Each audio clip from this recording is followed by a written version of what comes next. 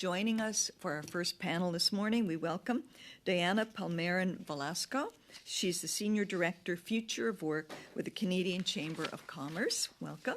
From the Canadian Federation of Independent Business, we have Jasma Gagnet, who is Vice President, National Affairs of the Canadian Federation of Independent Business. Welcome. And we also have Christina Santini joining us also from the Federation. I remind witnesses that you will have 4 minutes each for your opening statement, followed by questions from our members. Ms. Palmerin-Velasco, you have the floor. Thank you. Good morning, Deputy Chair and committee members, and thank you for the opportunity to appear today as part of your examination of Bill S-244, an act to amend the Department of Employment and Social Development Act and the Employment Insurance Act to establish the Employment Insurance Council. I am Diana Palmerin-Velasco, Senior Director, Future of Work at the Canadian Chamber of Commerce. The Canadian Chamber of Commerce represents some 200,000 Canadian businesses through more than 450 local, provincial, and territorial chambers, plus 100 association members. The Canadian Chamber has played a leading role in the discussions resulting in this bill and has officially endorsed it. Our President and CEO, the Honourable Palmerin, has stated that with the creation of an Employment Insurance Advisory Council, Senator Belmar's Bill S-244 will enshrine a true and meaningful tripartite approach between business, labor, and government. This will ensure that the employment insurance program is sustainable, responsive, non-partisan, inclusive, and relevant for the current and future generation of Canadian employers and employees. The Canadian economy faces multiple challenges, and the world of work is rapidly changing.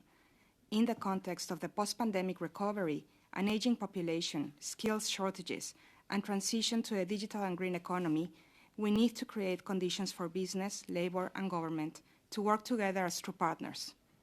To achieve this, productive dialogue and exchange of ideas and information among partners must continuously take place through an ongoing process of engagement designed to build mutual understanding. One of the main purposes of Bill S-244 is to enhance social dialogue within the Canadian Employment Insurance Commission. Since 1990, employers and workers fund the EI system in its entirety. As a matter of principle, it's only fair that business and labor have access to a tripartite, institutionalized structure through the establishment of the Employment Insurance Council. This council would allow business and labor to provide advice and agree on mutually acceptable and beneficial recommendations regarding labor market policies, particularly as they relate to employment insurance and skills development. The International Labour Organization defines social dialogue as a tripartite process where all types of negotiation, consultation, or simply exchange of information between or among representatives of governments, employers, and workers on issues of common interest relating to economic and social policy take place. Unlike consultation, social dialogue is not a short-lived, unilateral process. It is a proven governance tool that has worked well in several countries and across several international organizations. Successful social dialogue structures and processes have proven potential to resolve important economic and social issues. The Canadian Chamber of Commerce supports the establishment of the Employment Insurance Council to strengthen the work that for almost 20 years the Employment Insurance Commission has done to facilitate business and labor input into employment policy in Canada.